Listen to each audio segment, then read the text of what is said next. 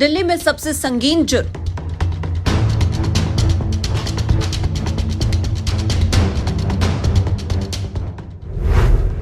Jacket के लिए दोस्त का कत्ल।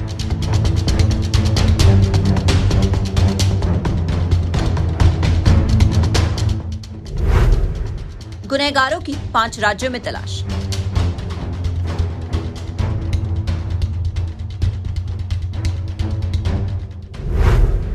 साढ़े 4,000 किलोमीटर दौड़ी पुलिस।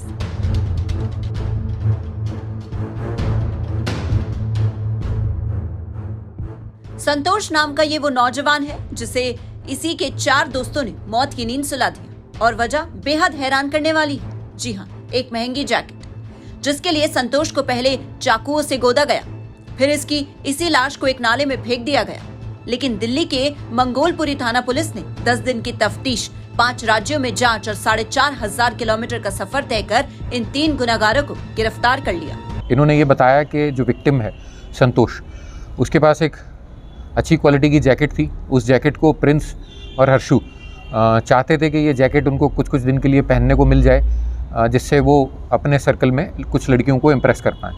तो ये संतोष ने वो जैकेट इनको देने से बिल्कुल ही इनकार कर दिया था और इनफैक्ट इन्होंने ये भी बताया कि उस दिन उसने ना सिर्फ जैकेट तो नहीं ही दी बल्कि मजाक भी उड़ाया कि तुम लोग इतने कम पैसे वाले या इतने गरीब हो कि तुम एक जैकेट भी अफोर्ड नहीं कर पा रहे हो। फिर वहाँ जो झड़प हुई उस हाथापाई में जो है संतोष ने इन तीनों लड़कों को पीटा भी था।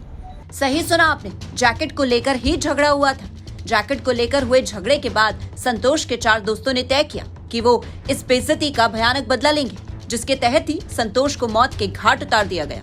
तो इस ह्यूमिलिएशन का बदला लेने के लिए इन्होंने ये बताया है कि इन्होंने ये प्लान बनाया कि इसको मज़ा चखाते हैं, पहले शराब पिलाते हैं, पार्टी के बहाने इन्होंने इसको बुलाया। तो विक्टिम को इन्होंने एक पीसीओ है यहीं मंगोलपुरी में ही स्थित, उस पीसीओ से इन्होंने कॉल किया।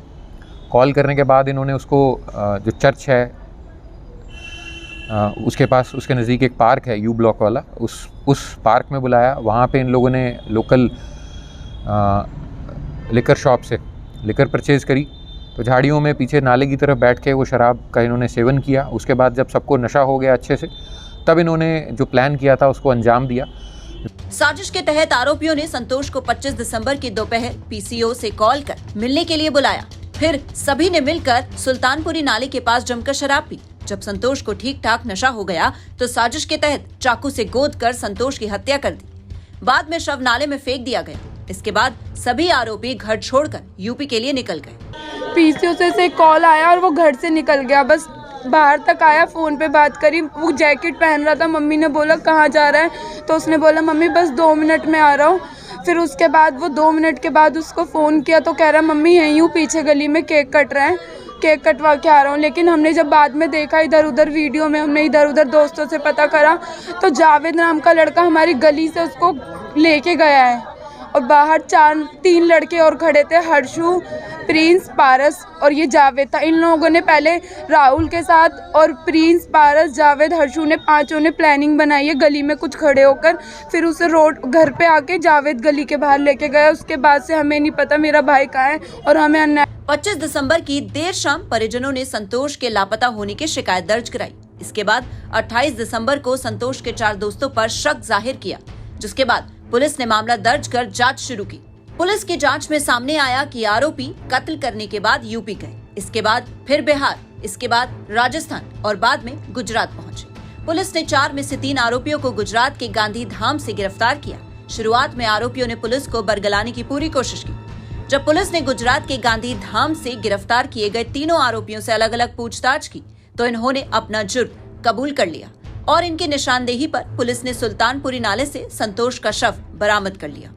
इस तरह करीब 10 दिन की तफ्तीश के बाद आखिरकार आरोपी गिरफ्तार कर लिए गए। हालांकि इस केस का एक आरोपी अभी फरार है, जिसकी तलाश में पुलिस दबिश दे रही है। लेकिन इस वारदात ने एक बार फिर साबित कर दिया कि मामूली बात पर कैसे दिल वाले आपा खो बैठते हैं और संगीन गुनाह कर बैठते हैं।